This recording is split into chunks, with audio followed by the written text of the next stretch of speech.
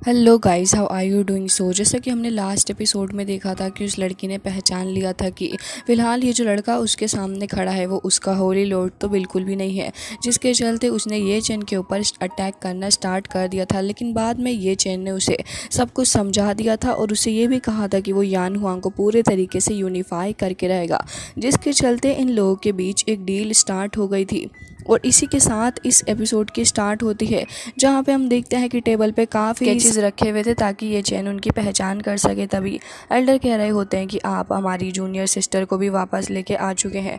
मैं उम्मीद करता हूँ कि आप सारी चीज़ों के बारे में जान लें ताकि आगे चल के प्रॉब्लम ना हो। तभी हम देखते हैं कि रैन यहाँ पे खड़ी हो चुकी थी और कह रही थी कि बिल्कुल मेरा आइडिया तो ये है कि होली लॉर्ड ने जो कुछ भी सोचा था आप उसी के ऊपर वर्क करिए ताकि आगे चल के हमें ज़्यादा प्रॉब्लम नहीं हो। इसके अलावा वो ये भी कह रही थी कि वैसे तो एम्परर जो है वो इस जगह पे सबसे ज़्यादा स्ट्रॉन्गेस्ट हैं और अगर उनकी स्ट्रेंथ हमें मिल जाए तो फिर हम लोगों की भी पावर काफ़ी ज़्यादा हद तक बढ़ सकती है। इसके चलते हम यान हुआंग को बहुत ही जल्दी यूनिफाई कर पाएंगे। इसके अलावा वो मैप के अंदर देख के बता रही थी कि ये जो आप मैप के अंदर जगह देख रहे हैं इसका नाम जोंगमू है एंड ये ब्लड थर्स्टी टेम्पल से मिलता हुआ नज़र आ रहा है। एंड ये जो ब्लड थर्स्टी होल है आपको तो पता ही है कि इसके लोग कितने ज़्यादा खतरनाक हैं। ये लोग अगर आगे बढ़ेंगे तो पूरे के पूरे इंटायर यान हुआंग को ही ख़त्म कर डालेंगे ये लोग। इन लोगों से निपटना बहुत ही ज़्यादा मुश्किल हमारे लिए होने वाला है। तभी एल्डर भी कह रहे थे कि हाँ ये बात तो एकदम ही सही है। तो ये चैन इस बारे में सोचने लग जाता है, कह रहा था कि हाँ तुमने बिल्कुल ही सही कहा, ये लोग थोड़े खतरनाक लगते हैं लेकिन जब तक मैं तुम लोगों के साथ हूँ तुम्हें परेशान होने की ज़रूरत नहीं है। मेरे पास बेटर आइडियाज़ है इन सारी चीज़ों के साथ में डील करने के लिए। हम देखते हैं कि इतनी ही देर में यहाँ पे एक बंदा आ जाता है जो कि कह रहा था कि होली लॉर्ड बाहर हमारी चू तियानजोंग से एंड सिस्टर तियानजोंग आए हैं, वो आपसे मिलना चाहते हैं एंड उनका तियानजोंग फैमिली से हमारा काफ़ी पुराना ताल्लुक भी है। ये सुनने के बाद हम देखते हैं कि ये चैन अभी थोड़ा सोच रहा था उन लोगों के बारे में, तो फिर एल्डर खुद ही बता देते हैं कि नॉर्थन चू के अंदर ये जो तियानजोंग फैमिली है वो एक एक्स्ट्रा ऑर्डिनरी स्टेटस को होल्ड करती है।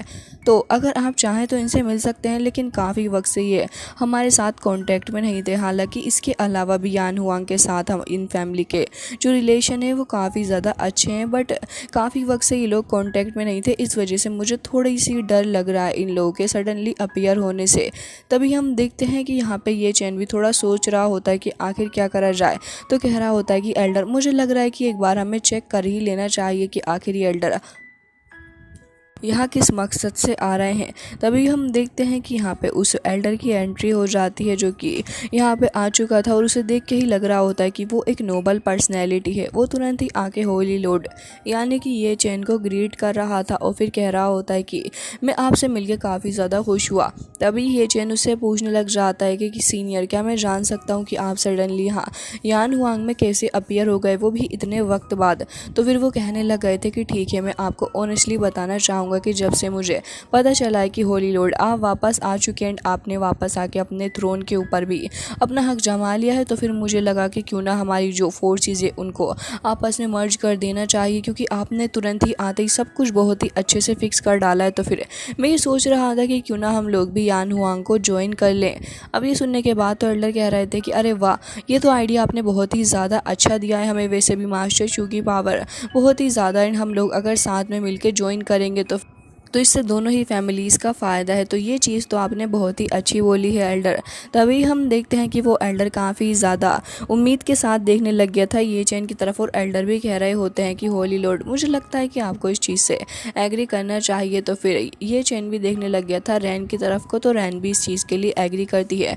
तब ये चैन क्या ही कर सकता था, वो कह रहा होता है कि सीनियर अगर आप चाहते हैं हमारे साथ में ज्वाइन होना तो फिर मैं आपको इसके लिए बिल्कुल भी मना नहीं करूँगा, बल्कि ये तो एक खुशी की बात है। तो हम देखते हैं कि वो एल्डर भी खुश हो गया था और कह रहा होता है कि बिल्कुल, लेकिन मैं चाहता हूँ कि हमारी तियानजोंग फैमिली की तरफ से जो एक रिक्वेस्ट है आप इसे ज़रूर से ही सुन लें। ये चैन कह रहा होता है कि हाँ बिल्कुल बोलिए। तो इसी के साथ एल्डर कह रहे होते हैं कि मैं चाहता हूँ कि आप हमारी डॉटर के साथ में शादी कर लें एंड ये एक बहुत ही अच्छा प्रपोजल हो जाएगा आपके लिए। उम्मीद करता हूँ कि आप इसके लिए मुझे बिल्कुल भी मना नहीं करेंगे। इसके चलते तियानजोंग फैमिली एंड आपकी फैमिली एक काफ़ी अच्छे टर्म्स में आ जाएगी एंड बाकी सारे लोगों को भी ये रहेगा कि हाँ हम लोगों के रिलेशन काफ़ी ज़्यादा स्ट्रॉन्ग है। तो हम देखते हैं कि यहाँ पे ये चैन जो था वो कह रहा होता है कि सीनियर आपके थॉट्स वाकई में बहुत ही ज़्यादा अच्छे हैं, लेकिन आपकी जो कंडीशन है, मैं माफ़ी चाहूँगा लेकिन मैं आपकी इस कंडीशन को कभी एक्सेप्ट नहीं कर सकता। प्लीज़ मुझे इसके लिए माफ़ कर दीजिएगा कि मैं आपकी इस विश को फुलफ़िल नहीं कर पा रहा हूँ। तभी हम देखते हैं कि यहाँ पे फ़िलहाल एल्डर भी कहने लग गए थे कि होली लॉर्ड, मुझे लगता है कि आपको इसे एक बार फिर से कंसीडर करना चाहिए और वैसे भी आपके और हमारे लिए बेनिफिशियल रहेगा।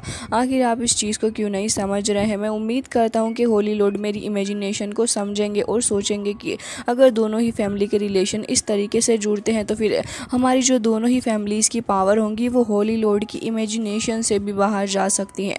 तो ये काफ़ी ज़्यादा अच्छा ऑफ़र आपके लिए रहेगा। लेकिन तभी हम देखते हैं कि ये चैन कह रहा होता है कि वाकई में यंगर जनरेशन आपके इस काइंड बिहेवियर के लिए बहुत ही ज़्यादा ग्रेटफुल है, लेकिन मैं आपसे माफ़ी चाहूँगा कि मैं ये चीज़ तो बिल्कुल भी नहीं कर सकता, क्योंकि फ्यूचर के अंदर जो चीज़ें होने वाली हैं उसके बारे में किसी को नहीं पता। तो हम देखते हैं कि यहाँ पर एल्डर काफ़ी ज़्यादा उदास तो हो चुका था ये चैन के इस फैसले को सुनने के बाद, लेकिन अब वो क्या ही कर सकता था। तो इसी के चलते कह रहा होता है कि ठीक है होली लॉर्ड, मैं आपके इस डिसीज़न की पूरी तरीके से रिस्पेक्ट करता हूँ, बट मैं ये उम्मीद भी आपसे कर रहा हूँ कि अगर फ्यूचर में कभी आपका फ़ैसला बदले तो प्लीज़ मुझे ज़रूर से ही बताइएगा इस बारे में। और ये कहते साथ ही वो कह रहे होते हैं कि प्लीज़ किसी को भेज दीजिएगा अगर आपका फ़ैसला बदल जाए तो, और वहाँ से तुरंत ही निकल जाते हैं। जिसके बाद हम देखते हैं कि ये लोग यहाँ पर बैठ के आपस में डिस्कशन कर रहे होते हैं। तो फिर ये चैन कह रहा था कि वाकई में अगर ये फैमिली हमारे साथ मिल गई है तो फिर हमारे लिए ये बहुत ही अच्छी अपॉर्चुनिटी है एंड हमारे लिए अच्छा ही रहेगा कि ऐसे ही फैमिलीज़ आके हमें ज्वाइन करती रहें। लेकिन मैं तुम सभी को बताना चाहूँगा कि इस तरीके से दूसरों की हेल्प लेने में थोड़ा बहुत रिस्क भी है। हालांकि इसी के साथ ये चैन को सडनली उसकी मास्टर की याद भी आ जाती है, जो कि ये चैन को कह रही थी कि जब तक तुम मेरे मास्टर से ज़्यादा स्ट्रॉन्ग नहीं हो जाते तब तक मैं तुमसे शादी नहीं करूँगी। हालांकि यहाँ पे ये चैन को ये सब कुछ याद करके थोड़ा सैड भी फील हो रहा था एंड ये चैन सोच रहा होता है कि कब जाके वो अपनी वाइफ से मिलेगा, और कह रहा होता है कि देखो मैंने इस ऑफ़र के लिए मना कर दिया क्योंकि कोई मेरा इंतज़ार कर रहा है। ये सुन के तो रैन काफ़ी गुस्से से आगे बढ़ रही थी, लेकिन एल्डर उसे रोक लेते हैं क्योंकि वो ये चैन की सिचुएशन को समझ रहे थे कि आखिर ये चैन किस दौर से गुजर रहा है। इसके अलावा ये चैन कह रहा था कि ठीक है आप सभी परेशान ना हो, मैंने आपसे कहा है ना कि मैं सबसे पहले यान हुआंग को पूरी तरीके से यूनिफाई करके ही यहाँ से जाऊँगा। जिसके बाद हमें वो स्केचेस भी देखने के लिए मिलते हैं जो कि अभी भी टेबल पे पड़े हुए थे। अब रात हो जाती है और ये चैन अभी भी इन सारी ही चीज़ों के बारे में सोच रहा था कि आखिर किस तरीके से यान हुआंग को पूरी तरह यूनिफाई करा जाए, और वो सोच रहा होता है कि हमारा फर्स्ट टारगेट तो ये एम्परर ही होना चाहिए ताकि इसके साथ में हम लोग एडजस्टमेंट कर सकें। और इसके अलावा वो बाकी सारे लोगों के बारे में भी सोच रहा था। इन मैप को देखते हुए वो सारी तरीके से अपनी कैलकुलेशन बिठा रहा होता है, लेकिन तभी उसे कुछ अनयूजुअल सा फील होता है। आसपास जो कैंडल्स जल रही थी वो भी सडनली डिसअपियर हो जाती हैं और यहाँ पे ये चैन की तरफ कोई काफ़ी तेज़ी के साथ कोई वेपन वगैरह फेंक के मारता है। तो ये चैन तुरंत ही अलर्ट हो गया था और हमें देखने के लिए मिलता है कि कोई तो था जो कि अपनी नाइफ के थ्रू ये चैन के ऊपर अटैक कर रहा होता है, बट ये चैन उसको रोक लेता है। एंड हम देखते हैं कि यहाँ पे वो जो बंदा था वो काफ़ी ज़्यादा अग्रेसिवली ये चैन के ऊपर अटैक कर रहा था। ये चैन तो खुद भी नहीं समझ पा रहा था कि आखिर ये पर्सन है कौन जो कि उसके ऊपर बिना वजह ही अटैक कर रहा है। तो हम देखते हैं कि ये चैन को भी गुस्सा आ ही गया था एंड वो तुरंत ही अपनी पावरफुल सोर्ड का इस्तेमाल करते हुए कि स्ट्रॉन्ग स्लैश अटैक करता है, बट वो बंदा उस स्लैश अटैक से भी बच गया था। तभी हम देखते हैं कि ये चैन थोड़ा आसपास देख रहा था तो बंदा इनके पीछे खड़ा था और हम देखते हैं कि वो डबल स्लैश अटैक ये चैन के ऊपर कर देता है, लेकिन ये चैन उन दोनों स्लैश अटैक से डील करता है। फिर उसके बाद हम देखते हैं कि वो लड़का एक बार फिर से आगे आ गया था ये चैन के ऊपर काफ़ी तेज़ी के साथ लगातार काफ़ी सारे अटैक्स पे अटैक्स करे जा रहा था, लेकिन हम देखते हैं कि ये चैन काफ़ी आसानी के साथ में उससे डील कर रहा होता है। ये चैन खुद भी उसके ऊपर अटैक कर रहा था, लेकिन कहीं ना कहीं उसकी स्पीड ये चैन से थोड़ी ज़्यादा थी, तो वो इसी का फ़ायदा उठा के ये चैन के ऊपर अटैक कर रहा था। बट बाद में ये चैन उसके ऊपर एक काफ़ी स्ट्रॉन्ग स्लैश अटैक करता है एंड ये अटैक इतना ज़्यादा स्ट्रॉन्ग था कि स्लैश के साथ साथ वो खुद भी बंदा पीछे जाके गिर जाता है। एंड हम देखते हैं कि यहाँ पे ये चैन भी एरिना के अंदर ही आके खड़ा हो गया था। तब ये चैन को पता चलता है कि ये बंदा इतना ज़्यादा शातिर है कि इसने इस एरिना के अंदर ही एक सील लगा दी है ताकि इस बैन की वजह से कोई भी बाहर से नहीं देख पाए कि आखिर इस जगह पे क्या चल रहा है। तो ये चैन उससे फाइनली पूछ ही लेता है कि आखिर अब तुम मुझे बताओगे कि तुम कौन हो, लेकिन वो पर्सन बताने का नाम ही नहीं ले रहा था। तो फिर ये चैन भी तेज़ी के साथ आगे बढ़ता है अटैक करने के लिए। तो यहाँ पे ये चैन भी अपनी पावर का इस्तेमाल करते हुए उसके अटैक को ब्लॉक करता है एंड अब अपनी काफ़ी ज़्यादा तेज़ी वाली स्पीड के साथ ये चैन आगे बढ़ के कितना स्ट्रॉन्ग अटैक करता है कि वो बैन खुद ही हट गया था आसपास से। बट वो बंदा भी ये चैन से कुछ कम नहीं था, वो भी ये चैन के ऊपर अटैक करने के लिए आगे बढ़ रहा होता है। दोनों एक बार फिर से अटैक्स पे अटैक एक दूसरे के ऊपर बरसा रहे थे। बट यहाँ पे हम देखने के लिए मिलता है कि एक इतना स्ट्रॉन्ग अटैक ये दोनों एक दूसरे के ऊपर करते हैं कि अब तो वो जो एरिना वाली जगह थी वो खुद भी हिलने डुलने लग गई थी। बल्कि यहाँ पे उस पर्सन के पास में डबल्स नाइफ थी तो वो उसी का इस्तेमाल करते हुए फ़ायदा उठा रहा था एंड ये चेन के ऊपर एक काफ़ी ज़्यादा स्ट्रॉन्ग अटैक करता है जिस अटैक का नाम था शुआन युआन स्टार रीजन। एंड हम देखते हैं कि यहाँ पे उसने थंडर की पावर को भी मर्ज कर लिया था एंड काफ़ी सारी नाइफ्स भी उसने समन कर ली होती हैं। उसके आसपास एक अजीब सा टोर्नेडो ही बन गया था। तो ये चैन भी कह रहा होता है कि अच्छा तो ये बात है, तो फिर देखो ज़रा मैं तुमसे कैसे डील करता हूँ। और ये कहते साथ ही ये चैन अपनी सोड को वहीं ज़मीन पे फेंक देता है एंड हम देखते हैं कि वहाँ पे एक फॉर्मेशन रेडी हो गई थी जो कि काफ़ी सारी सोड का रूप लेती है एंड वो ये चैन की त्यान गैंग सोड फॉर्मेशन थी। ये चैन काफ़ी ज़्यादा मुस्कुराते हुए उसको डायरेक्ट कर देता है उसी बंदे की तरफ वो। तो वो सारी स्पिरिचुअल सोड आगे जा रही थी तो वो लड़का भी रेडी हो गया था एंड अपनी नाइफ को थ्रो करता है एंड यहाँ पे इतना स्ट्रॉन्ग एनर्जी फ्लक्चुएशन हमें देखने के लिए मिलता है कि यहाँ पे दोनों ही ये प्रूव करने की कोशिश कर रहे थे कि कौन ज़्यादा स्ट्रॉन्ग है। बट गाइस आपको एंड हमें तो पता ही है कि अल्टीमेटली कौन जीतने वाला है इस फाइट के अंदर। तो गाइस इसे ये चैन ने काफ़ी बुरे तरीके से मारा भी था लेकिन वो मुस्कुरा रहा था क्योंकि एंड ये चैन अभी उससे कह रहा होता है कि तुमने फॉर्मेशन बना के काफ़ी अच्छा काम किया है लेकिन अफसोस ये मेरे लिए काम नहीं करेगा।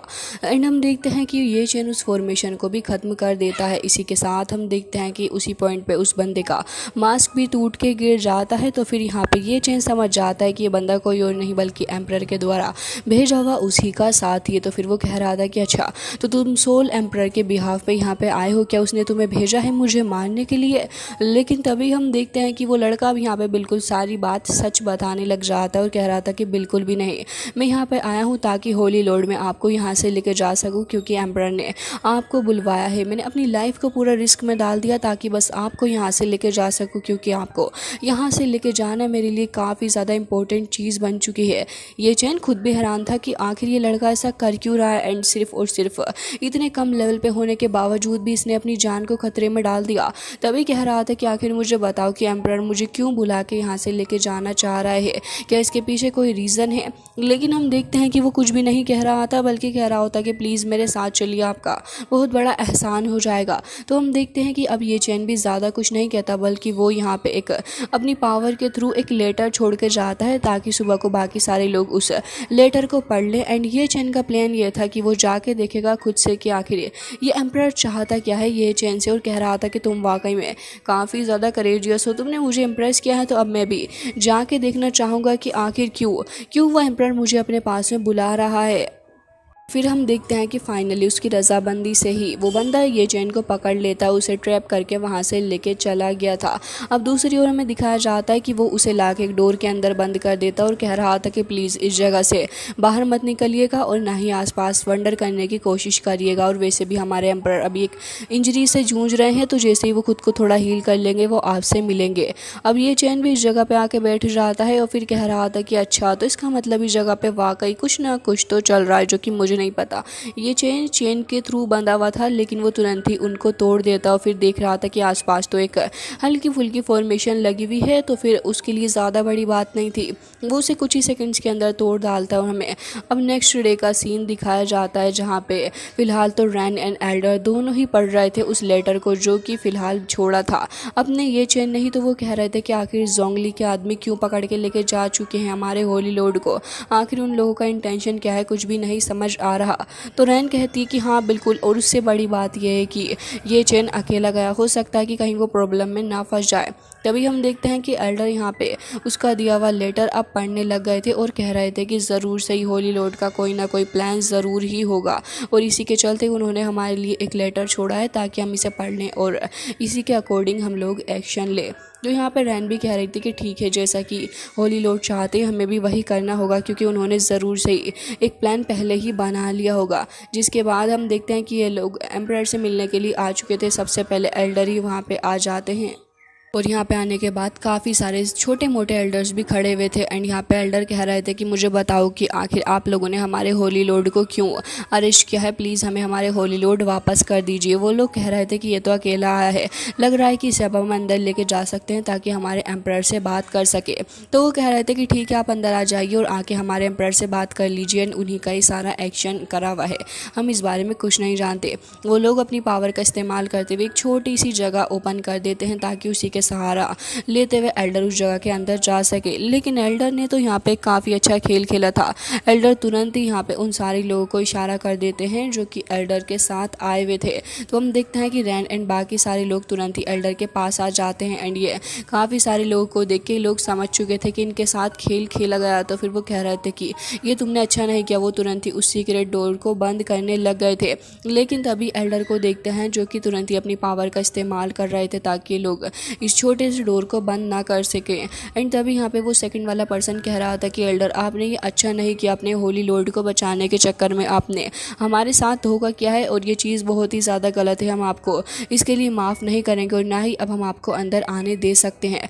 लेकिन तभी रैन कह रही होती है कि तुमने एक तो हमारे होली लॉर्ड को इस जगह पे अरेस्ट कर लिया है, हमें क्या पता कि तुम उन्हें मारोगे या फिर उनके साथ क्या करोगे, और उन्हीं की जान बचाने के लिए हम लोग कुछ भी करने के लिए तैयार हैं। एंड रैन भी अब अपनी पावर का इस्तेमाल करने लग गई थी एंड हमें देखने के लिए मिलता है कि यहाँ पे ये लोग भी अपनी पावर को इंक्रीज़ कर देते हैं। एंड इसी के साथ यहाँ पे रैन एंड एल्डर दोनों ही भारी पड़ रहे थे इन लोगों के ऊपर, जिसके चलते वो लोग रेसिस्ट नहीं कर पाते। एल्डर तुरंत ही रैन को इशारा करते हैं तो फिर रैन भी काफ़ी सारी स्पिरिचुअल पावर एक बार से जमा करती है और बाकी सारे डिसेबल्स भी वहाँ पे अपनी पावर को ऊपर डाल रहे थे, जिसके चलते हम देखते हैं कि ये डोर ऑलमोस्ट ओपन होने वाला था। लेकिन इतनी ही देर में हमें देखने के लिए मिलता है कि वही लड़का वहाँ पे आ जाता और वो एक बार फिर से अपनी जान पे खेल के उस डोर को बंद करवाना चाह रहा था, बट डोर भी ओपन हो जाता है। एंड हम देखते हैं कि वो लड़का वो भी वहाँ पे ज़्यादा कुछ नहीं कर पाता, जिसके चलते वो खुद ही अपने हाथ जोड़ लेता और कह रहा था कि प्लीज़ मुझे माफ़ कर दीजिए, लेकिन मुझे अपने मास्टर की जान बचानी है और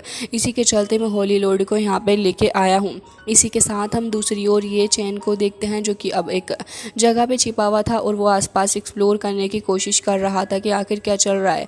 ये चैन को ये भी पता चल चुका था कि लेटर पढ़ने के बाद उसके सारे ही साथी इस जगह पे आ चुके हैं, जो कि एक खुशी की बात ये चैन के लिए नज़र आ रही थी। तभी हम देखते हैं कि ये चैन यहाँ पे छिप कैसे आ जाता है उस जगह पे जहाँ पे उस जगह का एम्परर बैठा हुआ था। वो तुरंत ही ये चैन के ऊपर अटैक कर देता है, काफ़ी ज़्यादा स्ट्रॉन्ग अटैक उसने ये चैन के ऊपर किया था। ये चैन भी कह रहा होता है कि एम्परर जोंगली आपने मेरे ऊपर सडनली अटैक क्यों कर दिया है एंड आखिर आप इस तरीके की हरकतें क्यों कर रहे हैं। तो हम देखते हैं कि यहाँ पे उसकी स्केच भी ये चैन को याद आ जाती है। तो फिर वो हम देखते हैं कि एम्परर काफ़ी सारी थंडर बोल्ट्स को समन करता है एंड उन्हीं का चेन के ऊपर अटैक कर रहा था। लेकिन हम देखते हैं कि ये चेन तुरंत ही उसको रोक लेता है और कह रहा था कि आखिर तुम ऐसा क्यों कर रहे हो।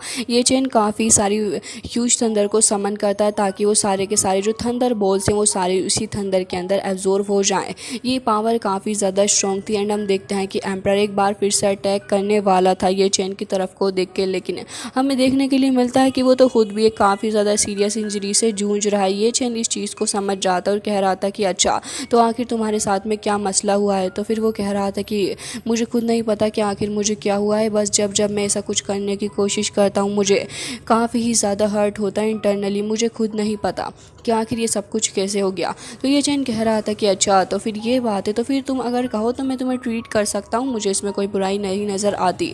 तो फिर वो कह रहा था तो क्या सच में तुम ऐसा कर पाओगे, और अगर तुम ऐसा कर सकते हो तो प्लीज़ कर दो, क्योंकि वैसे भी मेरे हार्ट के अंदर एक हार्ट ब्लेड डाला हुआ है जो कि किसी बहुत ही बड़े कर्ज से कम नहीं है, मैं इससे जूझ रहा हूँ काफ़ी वक्त से। तो ये चैन यहाँ पे सोचने लग जाता है और उसे कह रहा था कि मुझे लग रहा है कि ये तो बहुत ही अच्छी अपॉर्चुनिटी मुझे मिल चुकी है और इसी के चलते मैं अब इसका ट्रस्ट भी गेन कर सकता हूँ एंड आगे चल के ये मेरे लिए एक अच्छा बेनिफिट बन के मेरे सामने आएगा। तो हम देखते हैं कि ये चैन तुरंत ही अपने पीछे एक बॉल को फॉर्म कर लेता है जो कि काफ़ी ज़्यादा स्ट्रॉन्ग स्पिरिचुअल बॉल थी एंड इसी के साथ यहाँ पे वो उस बॉल को सामने लेके आता है। दूसरी ओर हम देखते हैं कि एल्डर पूछने लग गए थे कि आखिर तुम ऐसा क्यों कर रहे हो, क्या सच में जोंगली इतना ज़्यादा इंजर्ड हो चुका है।